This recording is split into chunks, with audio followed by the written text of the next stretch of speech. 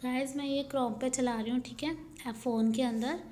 Alright, तो ये जो मैं आपको फोर्थ क्वेश्चन करवा रही हूँ ये वाला, ठीक है, ये C plus mod of A X plus B ये करवा रही हूँ।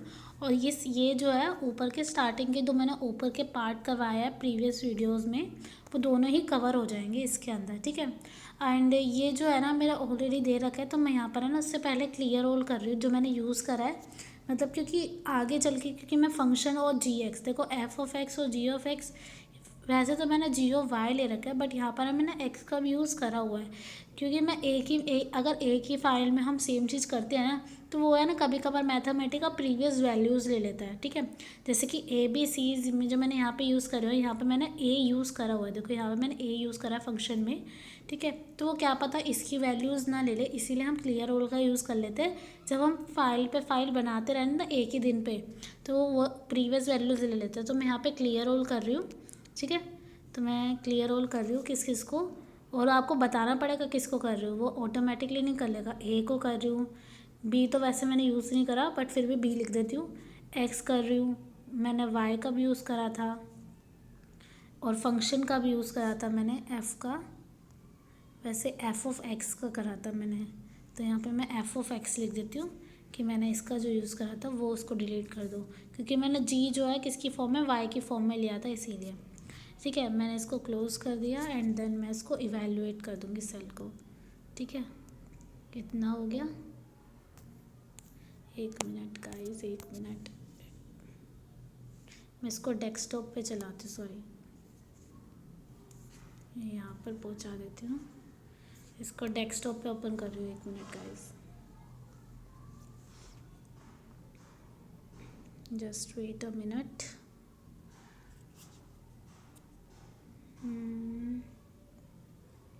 ओके, तो देखो ये मेरा क्लियर ऑल था, यहाँ पे मैंने टैप करा एंड देन मैं इसको इवैल्यूएट कर रही हूँ। देखो यहाँ पे मेरा शो हो रहा है ना कर्सर एक तरीके से, तो मैं इसको इवैल्यूएट कर रही हूँ, इवैल्यूएट सेल, ठीक है। तो इसने मुझे क्लियर ऑल कर दिया, जो करना था उसने इसको खुद ही कर दिया। वो देखो यहाँ पे इसने बोल भी दिया, इंस्ट्रक्शन दे दिया कि F of x is not a symbol और अ वैलिड स्ट्रिंग पैटर्न, ये कोई भी ऐसा कोई सिंबल नहीं है, कोई वैलिड पैटर्न नहीं है। तो मैंने ये जो फंक्शन डिफाइन करने के लिए तो उसने मना कर दिया कि ऐसा कुछ भी बात नहीं है, ठीक है। तो चलो अब ये फंक्शन जो है मुझे दे रखा है, जैसे कि सी प्लस, ये मुझे एक तरीके से फंक्शन दे रखा है, ए बी सी की वैल्यू दे रखी है और एक्स का रेंज दे रखी है मुझे, ठीक है। अब देखो मैं ना फंक्शन, ये देखो फंक्शन मेरे पास दो है, सी प्लस ए एक्स प्लस बी और सी माइनस में, ठीक है, दो दे रखे। तो मैंने एक F of x function define कर दिया, ठीक है, एफ ऑफ एक्स फंक्शन। और ए बी एस मैंने किसके लिए लगाया, मोड के लिए, याद रखा, मॉड्यूलस के लिए हम ए बी एस एब्सोल्यूट लिखते हैं, जो एब्सोल्यूट वैल्यू नहीं लिखते, तो उसका सिर्फ ए बी एस लिखते हैं। अब दूसरा फंक्शन मैं यहाँ पे डिफाइन कर रही हूँ, ये जो नीचे की तरफ मैंने मतलब स्लैश डालने, स्लैश तो नहीं कहेंगे इसे, फिर तो इसका नाम भी भूल गए गाइस, याद ही नहीं आना, बहुत टाइम पहले करा था ना, तो आप देख लेना। तो यहाँ पे बंद कर दिया मैंने इसको भी, ब्रैकेट में जी एक्स फंक्शन नाम दे दिया। और ये एक तरीके से फंक्शन को डिफाइन करने के लिए यूज़ होता है, और ये कोलन और इक्वल टू बताता है कि लाइक ये जो फंक्शन है ना, जब मतलब ये वेरिएबल डिफाइन करेगा कि जब ज़रूरत होगी तभी इसकी वैल्यू लेगा, ठीक है, इसलिए। और सी माइनस क्या है, सी माइनस मॉड्यूलस में है, तो A B S absolute, absolute of किसका चाहिए, ए एक्स प्लस बी का, ठीक है। तो ए एक्स, एक्स मल्टीप्लाई में, तो यहाँ पे हम स्पेस दे देंगे या स्टार, देखो ऊपर वाले में मैंने स्पेस दे रखी है, तो मैं यहाँ पे मैं आपको स्टार वाला यूज़ कर देती हूँ, star X and then B, plus में बी, ओके। ये हो गया ब्रैकेट में बंद। और गाइस मैं इसको इवैल्यूएट करना भूल गई हूँ, मैं इसको पहले इवैल्यूएट कर देती हूँ, ओके। मैं इस वाले को इवैल्यूएट कर रही हूँ, मैं यहाँ पे गई इवैल्यूएशन पे, सॉरी यहाँ कहाँ गया, अरे कर्सर ही मेरा ऊपर आ गया, ये यहाँ पर टैप करके रखेंगे, देन हम इवैल्यूएट पे जाएंगे, इवैल्यूएट से, ठीक है। इसने इसको इवैल्यूएट कर दिया, मैं इसको भी इवैल्यूएट कर देती हूँ। अब कर्सर यहीं पर रहे ताकि इवैल्यूएट शिफ्ट से, ठीक है, इवैल्यूएट कर दिया। अब मैं इस फंक्शन को दोनों को एक ही ग्राफ में प्लॉट करके आपको बताऊंगी, ठीक है। हम प्लॉटिंग कर रहे हैं, तो मैं यहाँ पे प्लॉट लिखूंगी, ठीक है, उसका एक स्क्वायर ब्रैकेट, उसके अंदर क्या क्या जाएगा, ठीक है। मैं इवैल्यूएट का यहाँ पर यूज़ करूँगी, ठीक है, यहाँ पे मैं इवैल्यूएट का यूज़ करूँगी ताकि ये सारी जो ए बी सी वैल्यूज़ है उसको मेरे को आंसर दे, ठीक है। इवैल्यूएट किस लिए, जो अलग अलग वैल्यूज़ होती है ना, जैसे कि यहाँ पर मुझे ए बी सी दे रखा है, उसके लिए मैं इवैल्यूएट का यूज़ कर रही हूँ। इवैल्यूएट मतलब कि एक से ज़्यादा वैल्यूज़ के लिए हम इवैल्यूएट का यूज़ करते हैं, ठीक है। देखो याद रखना, x जो है, मैं x को एज अ वेरिएबल बोल रही हूँ और ए बी सी को मैं वैल्यूज़ बोल रही हूँ, ठीक है। x की वैल्यूज़ तो ऑब्वियसली चेंज होगी, पर ए बी सी की एक पर्टिकुलर वैल्यू होगी जब x अपनी डिफरेंट वैल्यूज़ चेंज करेगा, ठीक है। x यहाँ पे वेरिएबल है और ए बी सी कुछ वैल्यूज़ है यहाँ पर। इवैल्यूएट मैं ए बी सी तीनों के लिए एक ही बार यूज़ कर रही हूँ, वो एक ही बार में इवैल्यूएट करके देगा, ठीक है। देन ये फिर से क्लोज ब्रैकेट, फिर इसके अंदर आएगा टेबल मेरा, ठीक है, ये आएगा, उसके अंदर भी मेरा टेबल आएगा, फिर उसके अंदर एक और टेबल आएगा। देखो ये स्टार्टिंग वाला टेबल मैंने किस लिए लिया था, स्टार्टिंग वाला टेबल समझ लो ए के लिए लिया, दूसरा वाला टेबल मैंने बी के लिए ले लिया, या पीछे से ले लो, स्टार्टिंग वाला जो टेबल था ना मैंने सी के लिया, ये वाला टेबल मैंने बी के लिए ले लिया, ठीक है, ये वाला टेबल मैंने बी के लिए लिया। अब मैं इसको भी क्लोज कर देती हूँ एंड देन मैं एक और टेबल लूँगी ए के लिए, मतलब कि ए बी सी मेरे पास 3 है तो 3 बार टेबल मैंने यूज़ करा, ठीक है। अब तीनों बार टेबल भी यूज़ हो गया एंड इसको भी बंद कर देंगे। अब इसके अंदर हमारा फंक्शन स्टार्ट होगा, ठीक है। अब मेरे पास फंक्शन कितने हैं, दो फंक्शन है, तो कर्ली ब्रेसेस में फंक्शन लिखूँगी। कैसे लिखे मैंने, एफ ऑफ एक्स और जी ऑफ एक्स, तो फंक्शन मेरा आ जाएगा एफ ऑफ एक्स, ठीक है, कोमा जी ऑफ एक्स।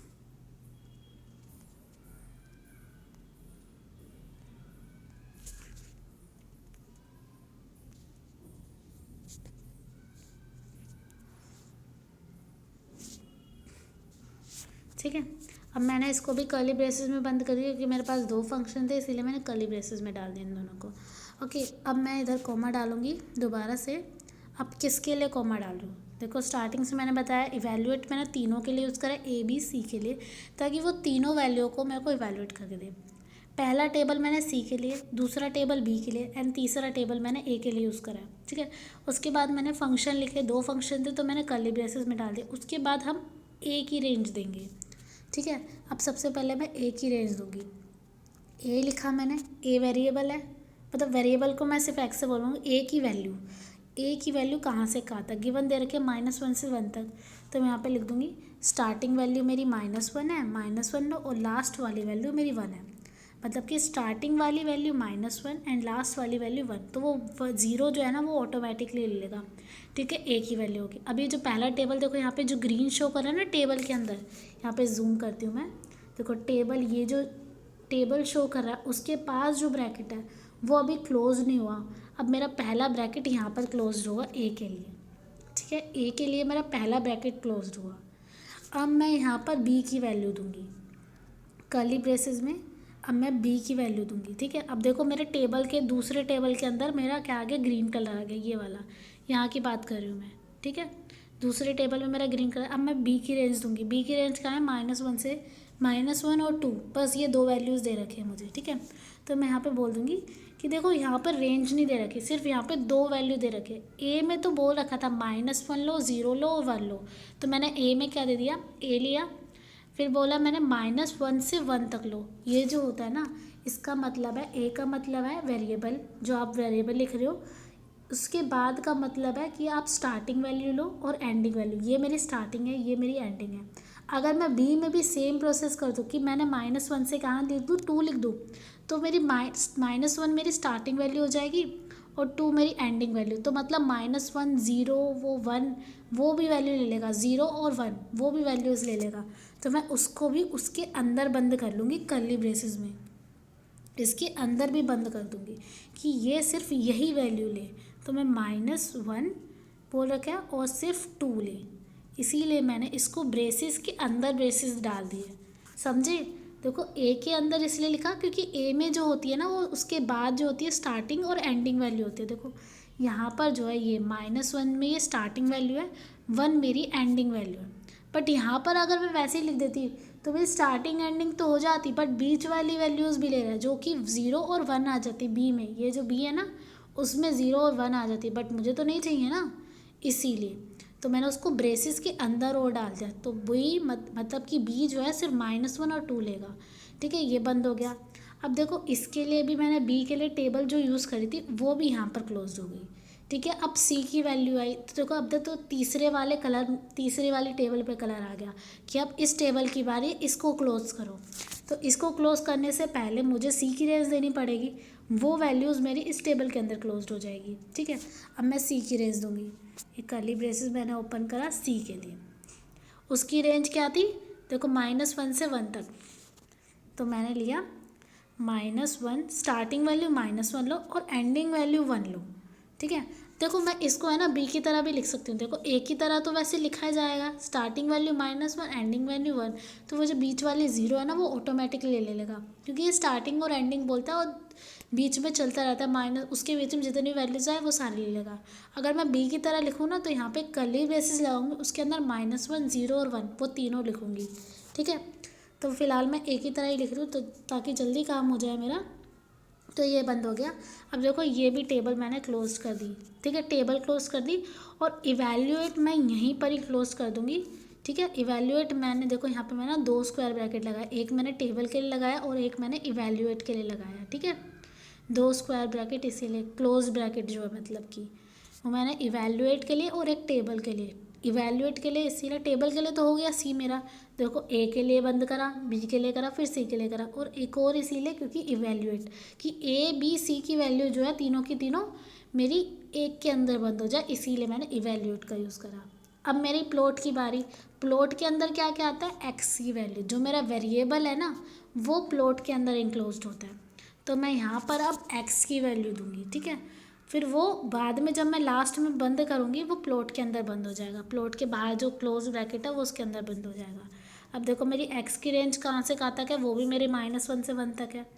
तो मैं बोल दूँगी -1 से 1 तक ले लो इसकी वैल्यूज़ भी।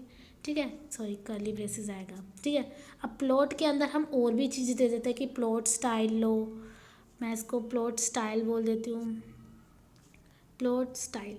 ठीक है, प्लॉट स्टाइल। अब प्लॉट स्टाइल कौन सा लेंगे, या तो मैं ऑटोमेटिक ले लूँ या इसके कोई कलर ले लूँ। ठीक है, मैं मान लेती हूँ इसमें 2 कलर दे देती हूँ कोई भी, एक तो इसको ब्लू दे देती हूँ। ठीक है, या तो इसको एक रेड दे देती हूँ। राइट, इसको कर्ली ब्रेसेस में बंद कर दो।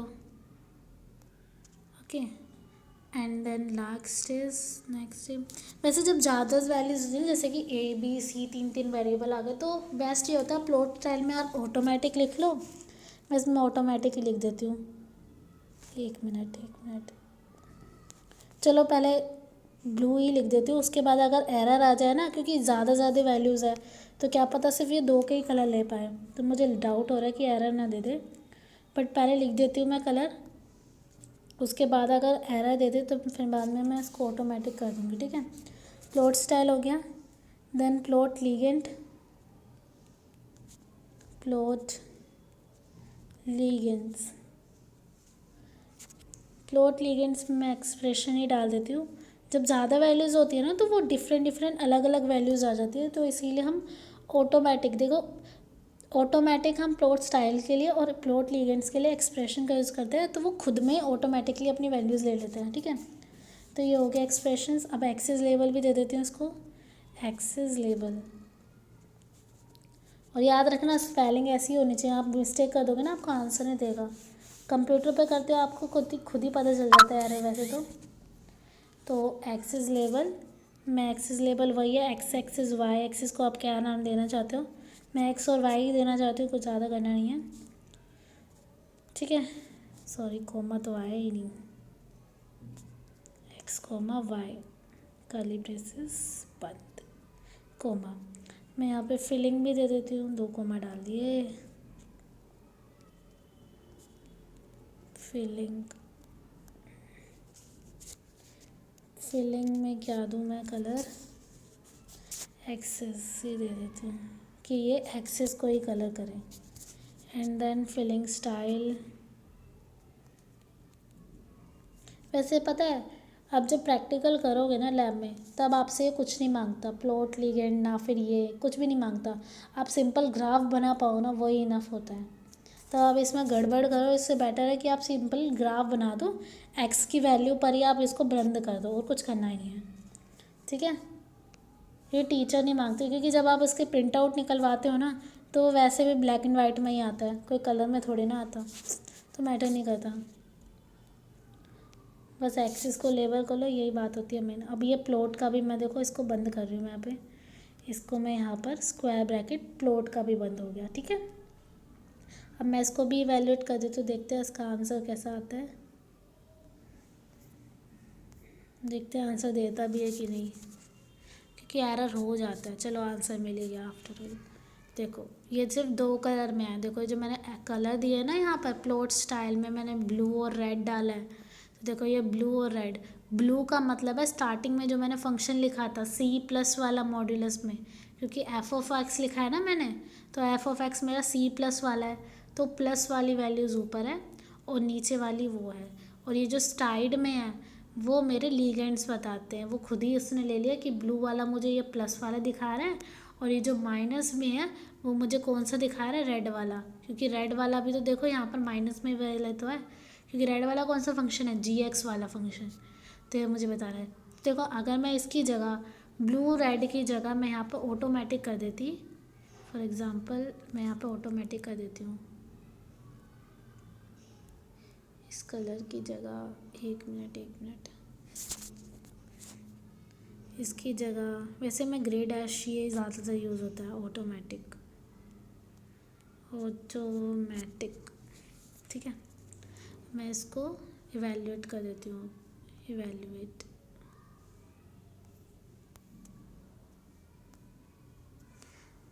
लेट्स सी इसके आंसर। देखो ऑटोमेटिक में ना ये अलग अलग, मतलब एक एक वैल्यू को है ना, पूरे सबके अलग अलग कलर दे देता है, एक एक वैल्यूज़ को।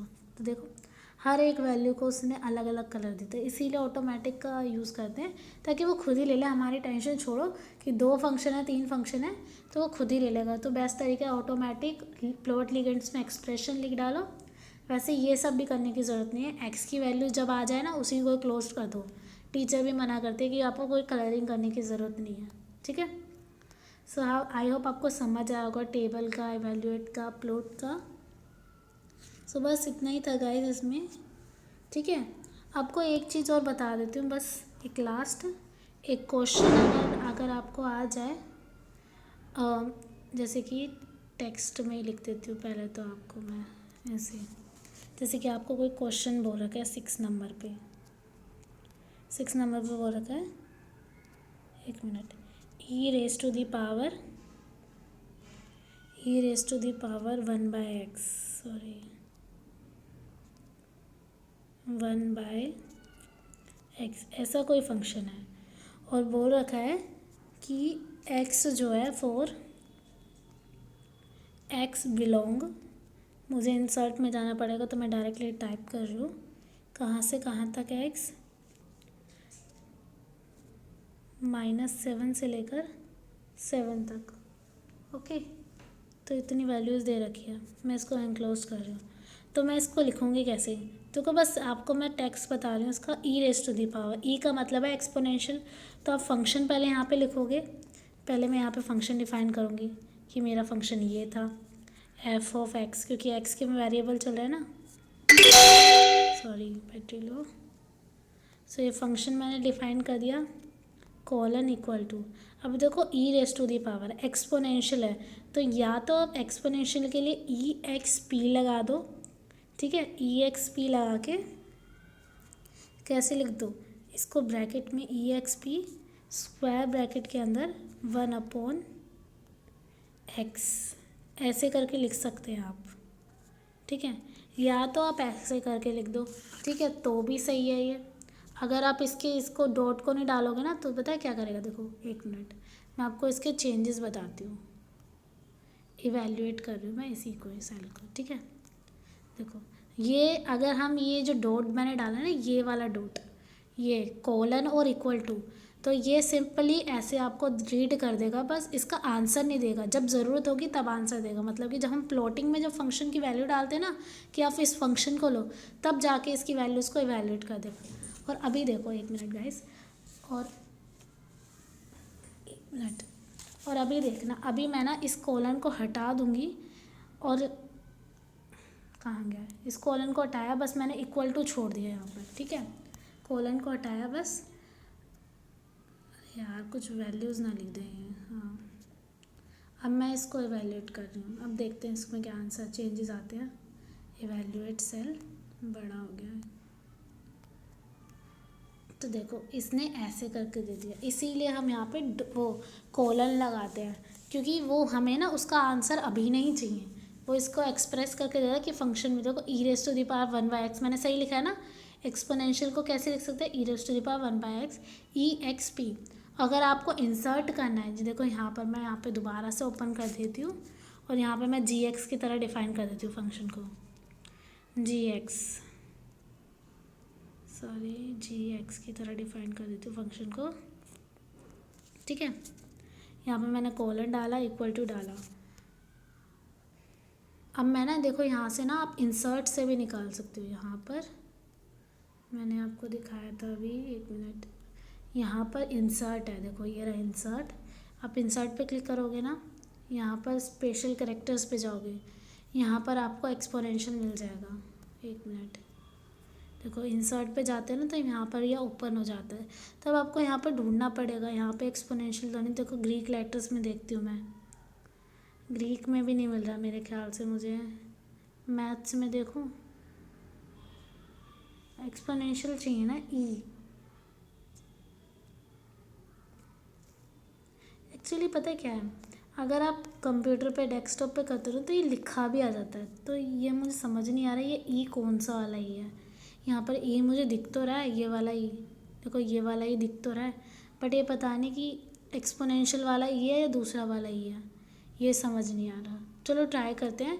मैं इस ई एक्सपोनेंशियल है ना, अब इसको पावर आपको यहाँ पर रेज करनी पड़ेगी। देखो वो ई एक्स पी करोगे ना, तब आप 1/x डायरेक्टली लिख दो, वो खुद ही रेस कर देगा। बट अगर जब आप यहाँ पर ई लगाओगे, तब आपको उसकी पावर खुद रेस करनी पड़ेगी, ऐसे करके। और यहाँ पर आपको इस वाले ब्रैकेट में लिखना पड़ेगा, ओके, e⁻1 1/x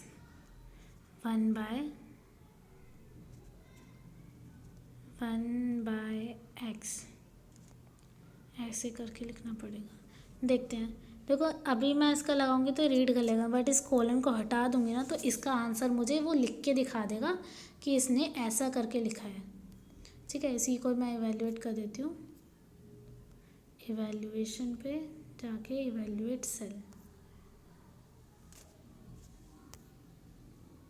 मैंने किसी और को इवैल्यूएट करवा दिया क्या, एक मिनट, या शायद मैंने लेटर ही गलत ले लिया है, हू नोज़। एक मिनट, इस पर क्लिक करती हूँ, देन इवैल्यूएशन पे जाती हूँ, इवैल्यूएट सेल करती हूँ। देखो इसने सही लिया था, मतलब वही ई था, मतलब जो मैंने लिखा था, तो याद रखना। तो देखो इसमें चेंजेस ये हैं, यहाँ पे कोलन का मतलब तो आप समझ गए होगा। अगर आप कोलन लगाओगे यहाँ पर इक्वल टू से पहले जो कोलन लगाओगे, तो आपको ना ये आउटपुट डायरेक्ट जल्दी नहीं दे देगा। मतलब जब आप यहाँ पर प्लॉटिंग करोगे ना, तब जाके आपको इसका आंसर मिलेगा, ये आपको directly input as a read कर लेगा, ठीक है। इसीलिए हम इसका यूज़ करते हैं। बट अगर आप उस कोलन को हटा दोगे, तो उसका आंसर वो आज दे देगा कि आपने फंक्शन कैसे डिफाइन करा है, ठीक है। तो इतना हो गया। देखो इसमें फ़र्क यही है, ई एक्स पी ब्रैकेट के अंदर 1/x डालोगे ना, वो खुद ही उसकी पावर रेज कर देगा। बट अगर आप ई एज ऐसा करके लिखते हो, तो आपको उसकी पावर जो है रेज करनी पड़ेगी, याद रखना। और जब उसकी पावर रेज करोगी, मतलब तब आपको ऐसे ब्रैकेट डालने पड़ेंगे, ओके। तो इसमें बस यही थोड़ा सा डिफरेंस बताना था मुझे। ओके गाइस, बाय बाय, बस इतना ही बताना था मुझे इस प्लॉटिंग में। तो फ़िलहाल ये मेरा प्रैक्टिकल 1 था, आफ्टर में पता नहीं कौन सा प्रैक्टिकल होगा। मैं सबसे स्टार्टिंग में यही बताया था, बहुत ज़्यादा टफ लग रहा था। अगर आपको इनमें से कुछ जानना है कि लाइक कैसे कैसे हुआ टेबल का फिर से, ठीक है, तो बताना मुझे थोड़ा सा, मैं बताऊँगी। Okay bye bye, have a nice day. इसे बंद कर देती हूँ।